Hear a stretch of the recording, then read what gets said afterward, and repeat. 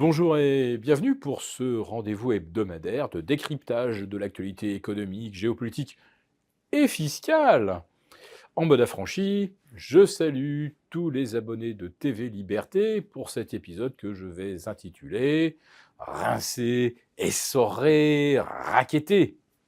Ouais, je crois que vous voyez à quoi je fais allusion. Oui, au racket fiscal naturellement, avec ce ballon d'essai de Gabriel Attal qui propose de s'en prendre aux rentiers.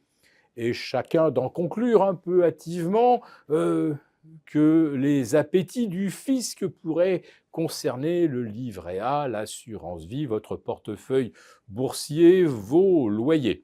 Eh bien, sitôt le buzz se répandant sur les réseaux, que Gabriel Attal venait démentir face au Parlement en mode « nous ne ferons jamais ça ».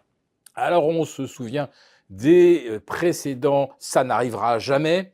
Par exemple, l'allongement de la durée de travail de 2 ans. Notre président nous avait juré que ce serait complètement hypocrite, contre-productif, puisque les anciens restant au travail, ça libérerait difficilement des places pour les jeunes.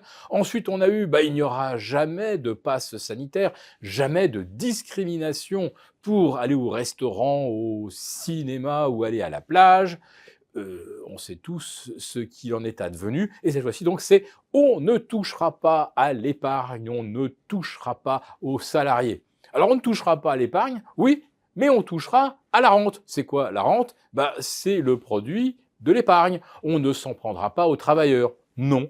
Mais par contre, si les travailleurs arrêtent de travailler parce qu'ils sont malades, parce qu'ils sont au chômage, alors là, oui, on va leur faire payer beaucoup plus cher le fait d'être arrêtés, voire on va allonger le délai de carence, augmenter les remboursements ou le ticket modérateur.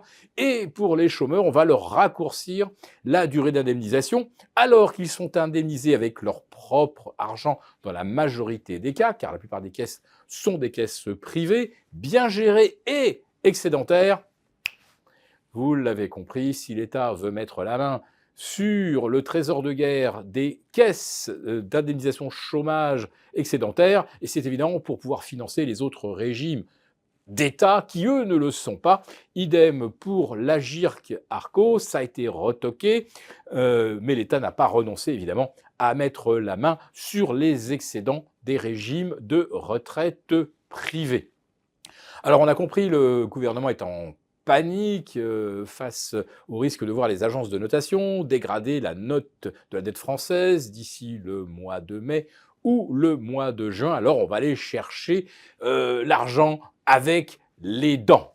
Et oui, et de toute façon, c'est bien fait pour les Français qui, en 2020, se sont prélassés devant leurs écrans pendant 2 mois où ils étaient enfermés ou autorisés à sortir avec une auto-attestation.